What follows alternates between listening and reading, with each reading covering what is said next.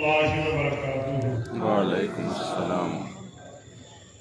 الحمد للہ وحدہ والصلاة والسلام علی من لا نبی بعدہ، اما بعد فاعوذ باللہ من الشیطان الرجیم، بسم اللہ الرحمن الرحیم۔ وَأَمَّا بِنِعْمَةِ رَبِّكَ فَحَدِّثْ۔ عن عبد الله بن عمرو بن عاصم رضي الله تعالى عنهما قال: كل شيء أسمعه من رسول الله أكتبه. فنهتني قريش فقالوا: ورسول الله صلى الله عليه وسلم بشر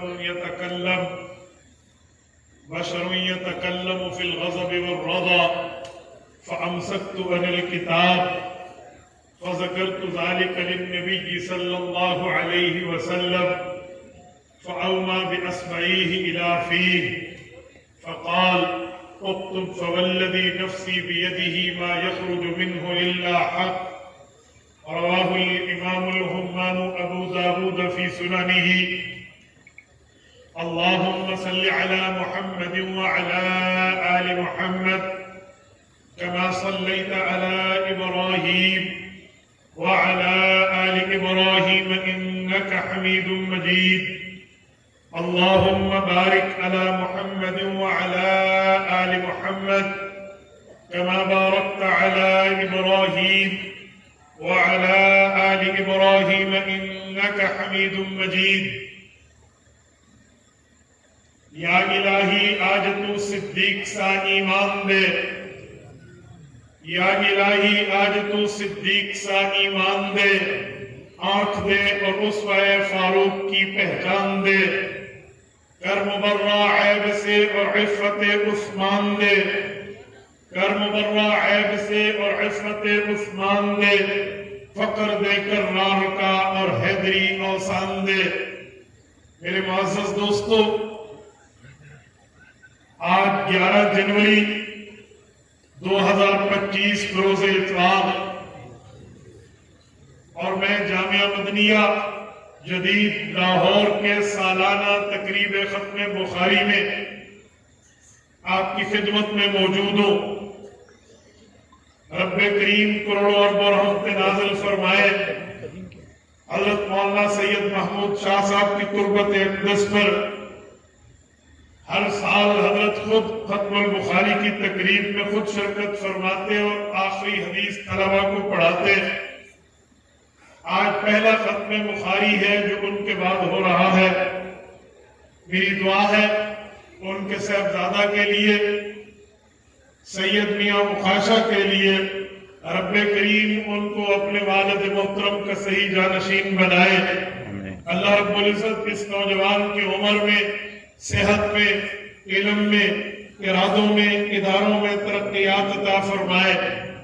میرے دوستو، ختم البخاری شریف، صحیح البخاری کی آخری حدیث پاک کا درس ابھی آپ کی خدمت میں قائد ملت اسلامیہ، امام انقلاب حضرت مولانا فضل الرحمن حفظہ الرحمن ارشاد فرمائیں گے۔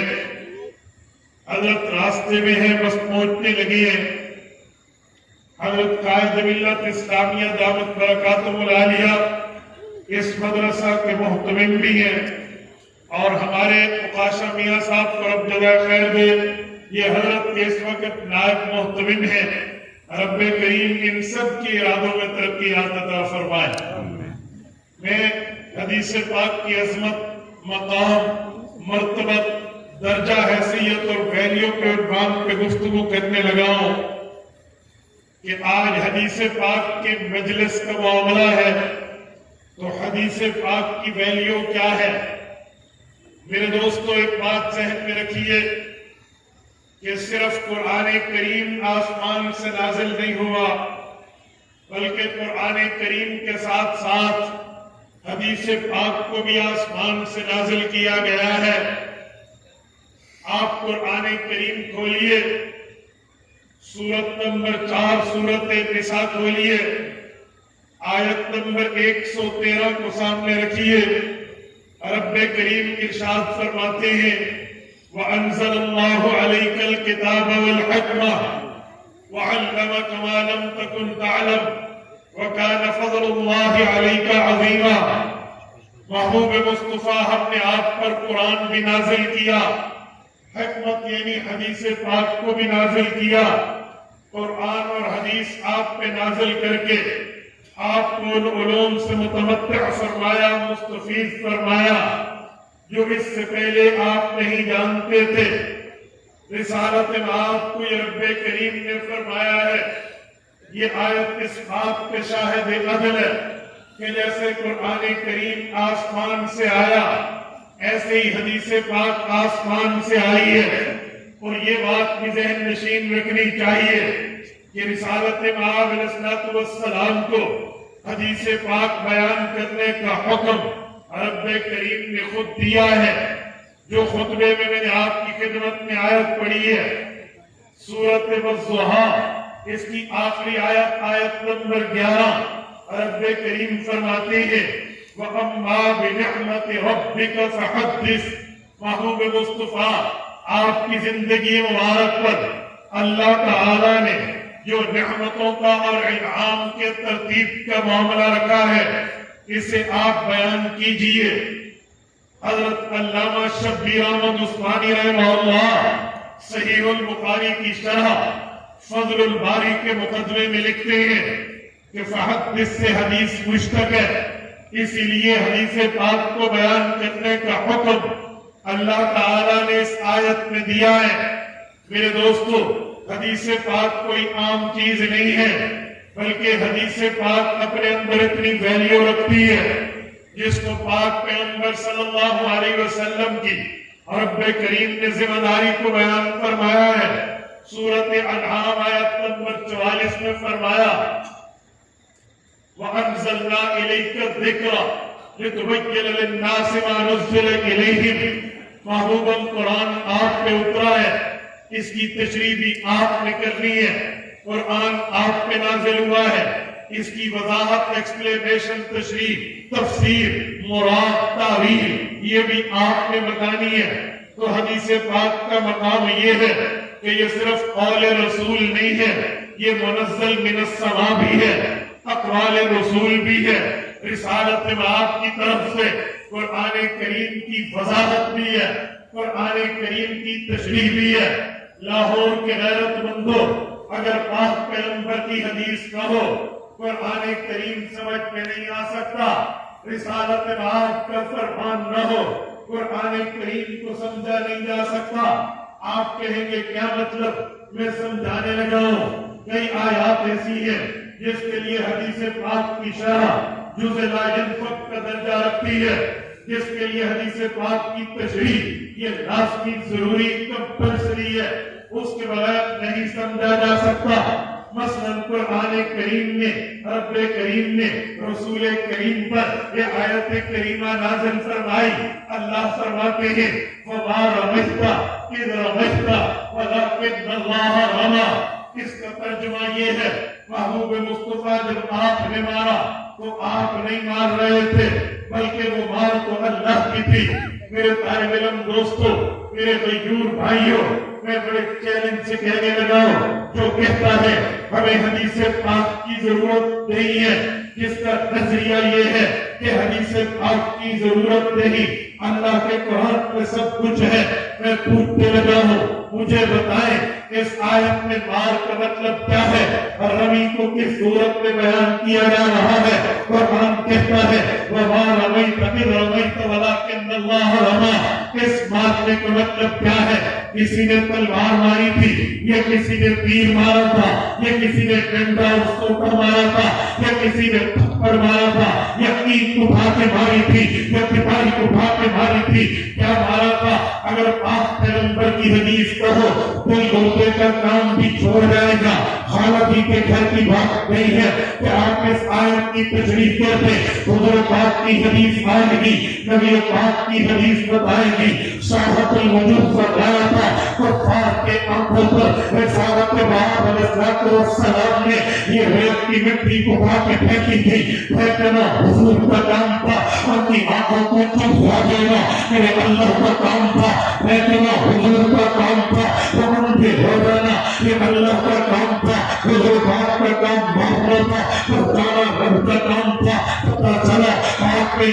کی حدیث نہیں ہوگی نعت کا معنی سمجھ نہیں آئے گا، پاک پیغمبر کی حدیث نہیں ہوگی، آیت کی تشریح ذات میں نہیں ہوگی، اگر حضور پاک کی تشریح ہوگی تو آیت کی شرح سمجھ آئے۔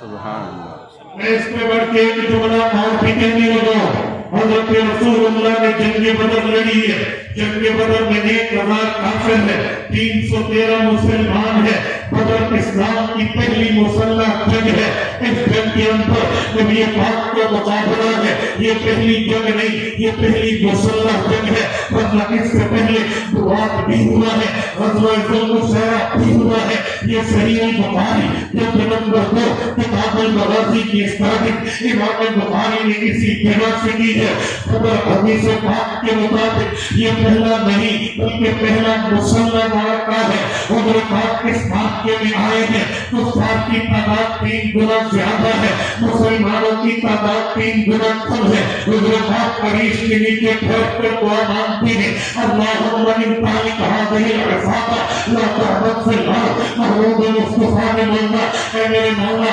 اگر یہ لوگ، یہ میرے صحابہ، یہ میری ہڈی پر جو محنت وہ اس وقت معبود افراد ہے، اگر یہ بھی دنیا سے چلی گئی تو تیری عبادت دنیا میں کیسی ہوگی؟ تجھے معبود دنیا میں کون مانے گا؟ تجھے مسجود دنیا میں کون مانے گا؟ تجھے رزاق دنیا میں کون مانے گا؟ اللہ تیری توحید ہے، اللہ تیری الوہیت ہے، سبب دنیا میں یہی ہے کیونکہ دنیا اسباب سے جڑی ہے۔ حضور نے مانگا، رب کریم نے حضور کے ہاتھ خالی نہیں لوٹائے بلکہ اللہ نے فرمایا بخمسۃ آلاف، دوسری جگہ فرمایا بثلاثۃ آلاف، تیسری جگہ فرمایا بألف من الملائکہ۔ اللہ فرماتے ہیں محمود مصطفیٰ کو ہوئی، آپ فکر نہ کیجیے میں 1000 فرشتہ بھیجوں گا، آپ فکر نہ کیجیے میں 3000 فرشتے بھیجوں گا، آپ فکر نہ کیجیے میں 5000 فرشتے بھیجوں گا۔ فرشتے اتریں گے، فرشتے آئے ہیں، حضور پاک کے صحابہ حضور پاک کی اس دن میں مدد کی ہے، لیکن میرا سوال یہ ہے قرآن 3 باتیں کر رہا ہے، ایک جگہ ہے 1000 فرشتے آئے، ایک جگہ ہے 3000 آئے ہیں، ایک جگہ 8000 آئے ہیں۔ اگر پیغمبر کی حدیث نہیں ہوگی، حضور کا فرمان نہیں ہوگا، پیغمبر کی تشریح نہیں ہوگی، حضور اس کی وضاحت نہیں کریں گے، کوئی بات کا نام مجھے بتائے کتنے فرشتے آتے تھے؟ 5000 آئے تھے پھر بھی آئے تھے، 3000 آئے تھے پھر بھی آئے تھے، 1000 آئے تھے آئے تھے۔ نہیں حدیث پاک ہوگی تو بتایا جائے گا 1000 کا وعدہ کس وقت تھا، 3000 کا وعدہ کس وقت تھا، 8000 کا وعدہ کس چیز سے تعلق تھا، پھر تک بتایا جائے گا۔ اگر حدیث نہیں ہے معنی سمجھ نہیں آئے گا، حدیث نہیں ہے تشریح سمجھ نہیں آئے گی، حدیث نہیں ہے وضاحت سمجھ نہیں آئے گی۔ جب پاک پیغمبر کی حدیث آئے گی پھر بتایا جائے گا کہ ثلاثۃ آلاف من الملائکہ، رب نے فرمایا تھا 3000 آئیں گے تو وہ 3000 تھے تو کسی چیز سے معلق کر دیے گئے تھے۔ اگر اللہ کی تشریح نہ ہو، اگر پاک پیغمبر کی طرف سے اس کی وضاحت نہ ہو، دنیا میں کسی ماہی کی لاکھ میں کوئی دنیا میں کسی ماہی نے وہ لحظ نہیں جنا جو اس کی وضاحت کر کے دکھا دے۔ وضاحت تک آئے گی جب فرمان خدا ہوگا، زبان مصطفیٰ۔ سبحان اللہ۔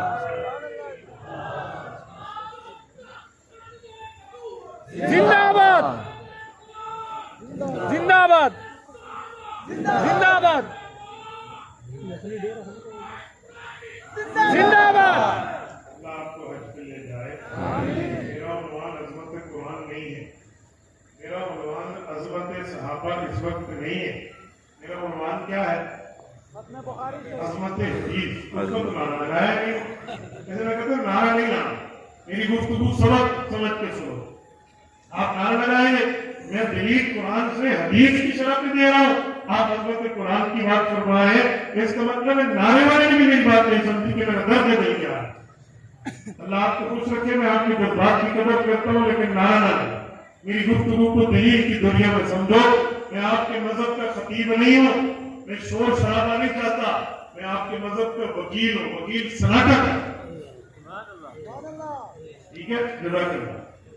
میں حدیث پاک کی عظمت پر بات کر رہا تھا کہ اگر حدیث پاک نہیں ہوگی، پاک پیغمبر کا فرمان نہیں ہوگا، رسالت آپ کی طرف سے تشریح نہیں ہوگی تو نہیں سمجھا جا سکتا کہ اس آیت کا مطلب کیا ہے۔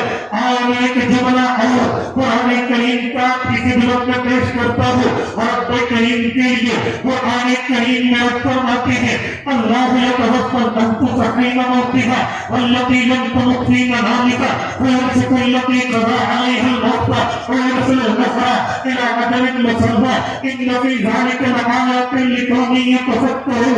قرآن کریم کہتا ہے اللہ تعالیٰ روح کو نکالتے ہیں، يتوفى الأنفس اللہ کو يتوفى الأنفس حين موتها روح اللہ نکالتے ہیں۔ دوسری آیت کہتی ہے تتوفاهم الملائکہ روح فرشتے نکالتے ہیں۔ قرآن کہتا ہے والنازعات غرقا والنازعات غرقا والناشطات نشطا فرشتے کھینچ کے روح نکالتے ہیں۔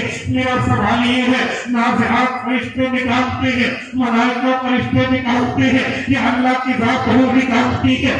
آیاتیں تین ہیں، تین آیات میں الگ الگ لوکت ہے، لیکن میرا سوال یہ ہے یہ اس آیت کا مصداق آپ کیسے ٹھیک کریں گے؟ آپ جو بھی تشریح کریں گے وہ آپ کی عقل کی تشریح تو ہوگی، جو مطلب کا حل بتائیں گے وہ آپ کی سوچ تو ہو سکتی ہے۔ کیسے قرآن کا مطلب کیسے کہو؟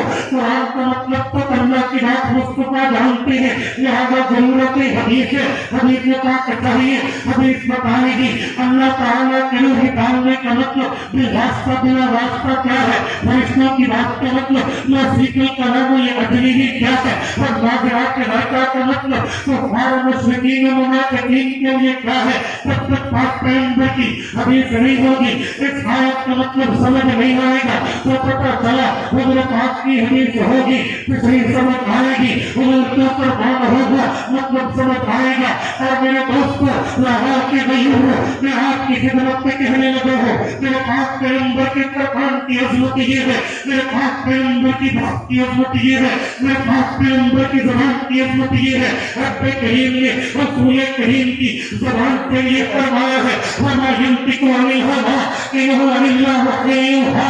یہ سورۃ نجم بتا رہی ہے، رب کریم فرما رہے ہیں وما ينطق عن الهوى، پیغمبر اپنی مرضی سے نہیں بولتے، إن هو إلا وحي يوحى، اور اللہ کی مرضی سے، اللہ کی حکم سے، اللہ کے حکم سے، اللہ کی منشا سے، اللہ کی عادت سے پیغمبر آپ کہتے ہیں۔ اب اہل علم کہتے ہو اب ہم تو جو کریں گی تو وہ بھی سمجھے گی۔ آیت کا لفظ ہے وما ينطق عن الهوى، نطق کرانا کلام نہیں ہوتا، نطق بولنے مکمل کو نہیں کہتے، عربی میں بولنے کو کلام کہتے ہیں۔ رب کریم نے یہ حصہ لایا وما يتكلم عن الهوى، پیغمبر اپنی مرضی سے نہیں بولتے بلکہ کہا وما ينطق عن الهوى، پیغمبر کی نطق کی بات کی ہے۔ نطق و کلام میں فرق کیا ہے؟ آپ الفاظ متحرکہ کو لسان العرب سے اٹھا لیں آپ کی مرضی، مدت سے اٹھا لیں آپ کی مرضی، خاموش سے اٹھا لیں آپ کی مرضی۔ حدیث پاک کی تشریح کے وسیلے میں ایک بڑی طرح کے میں آپ کی خدمت میں مطلب دینے لگا ہوں۔ رب کریم فرماتے ہیں وما يتكلم عن الهوى، نہیں وما ينطق عن الهوى، کلام پورے جملے کو کہتے ہیں، نطق پورے جملے کو کہتے ہیں، کیونکہ اللہ کے قرآن میں بھی علمنا منطق الطیر کہتے ہیں، نطق کا کلام پورے جملے پہ ہوتا ہے۔ تو آپ بتانا چاہتے ہیں وما يتكلم عن الهوى نہیں وما ينطق عن الهوى إن هو إلا وحي يوحى، نبی پورا جملہ بولے تب بھی اللہ کی طرف سے پورا جملہ بولے تب بھی اللہ۔